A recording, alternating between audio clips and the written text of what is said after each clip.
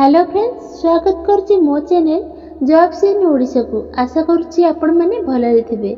Friends, तुम मन पई कटक हाईकोर्ट तरफ केतोटी पोस्ट रो ऑफिशियल नोटिफिकेशन टी जारी होई सारिछि।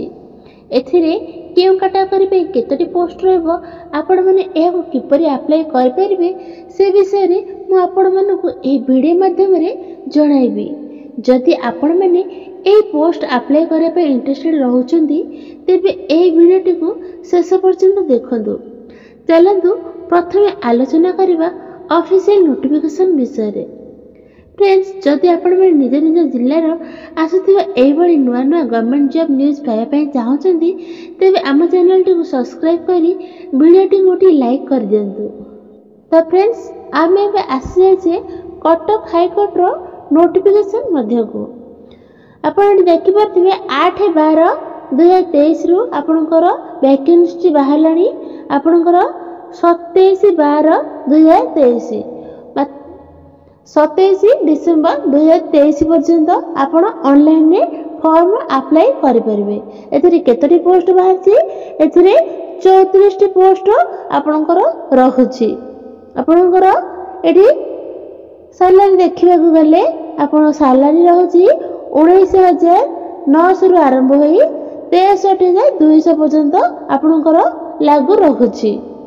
आपनकर एठी देखिनबा केउ कैटेगरी पे केतोटी पोस्ट रहबो एठारे आसंतु देखिनबा। जनरल पिलांकर रहबा 15 टी पोस्ट, सेति मध्यरु वुमेन कैंडिडेट्स पई रहबा 5 टी पोस्ट रहबो। एससीबीसी पिलांकर रहबो 4 टी पोस्ट, सेति मध्यरु वुमेन कैंडिडेट्स पई 1 पोस्ट रहबो। एसटी पिलांकर रहबो 9 टी पोस्ट, वुमेन कैंडिडेट्स पई 3 टी पोस्ट रहबो। एससी पिलांकर रहबो 6 टी पोस्ट, वुमेन कैंडिडेट्स पई 2 टी पोस्ट रहबो। सेहि भली पीडब्ल्यूडी पिलांक पई रहबो 1 रहबो। एक्स सर्विस मैन पई 1 पोस्ट रहबो। टोटल आपनकर 34 टी पोस्ट रहबो। आपनकर एठी एज लिमिट हम देखिनबा। आपनकर एज लिमिट रहछि 21 रु 32 जाएंगे आपनकर एज लिमिट रहउछि। देखिनतु 6/12/2023 पर्यंत आपनको 32 वर्ष हेबा आवश्यक, नहले आपण एठी एलिजिबिलिटी हेई परिबे नाही। एठी आपनकर एजुकेशनल क्वालिफिकेशन रहउछि +3 रहउछि। तो आपनकर एठी पीजीडीसी आपण कंप्लीट करथिबे पर मिनिट आपनकर 40 टी वर्ड रहउछि। आपनकर एठी एग्जामिनेशन फी केते रहउछि आसंतु देखिनबा। एठारे जनरल ओबीसी एससीबीसी पिला मन पई आपनकर 500 टंका चालान रहउछि। आ एससी एसटी पीडब्ल्यूडी पिला मन पई किछि पेमेंट रहउ नाही।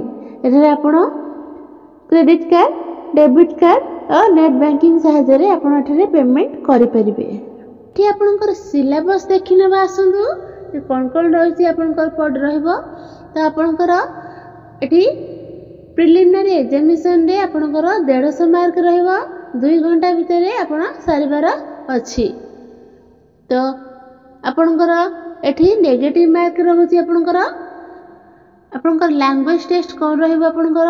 आपनकर लैंग्वेज टेस्ट रहबो आपनकर इंग्लिश जो एग्जाम रहबो 100 मार्क रा 2 घंटा भितर आपण क्वाल सारिबार अछि। आपन लैंग्वेज टेस्ट रे 100 मार्क रहबो 2 घंटा भितर आपण सारिबार अछि। से लैंग्वेज टेस्ट रे आपनकर इंग्लिश एसे रहबो से 300 वर्ड भितर तुमे लिखिबार अछि। 30 मार्क रहबो। एटा ए पेरिस राइटिंग रहबो 20 marks. Translation of a passage from English to Odia 20 marks रहबो। Translation of a passage from Odia to English आपनकर 20 मार्क रहबो। इंग्लिश ग्रामर 10 मार्क एठी रहबो। आपनकर कंप्यूटर एप्लीकेशन टेस्ट रे आपन 100 मार्क रहबो।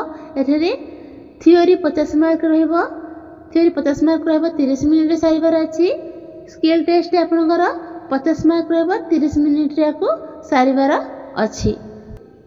आपनकर एठी जे मेन रिटन एग्जामिनेशन हेबो तो एटा 100 मार्क दिया हबो। 10 मिनिट रे आपको कंप्लीट करिवार अछि।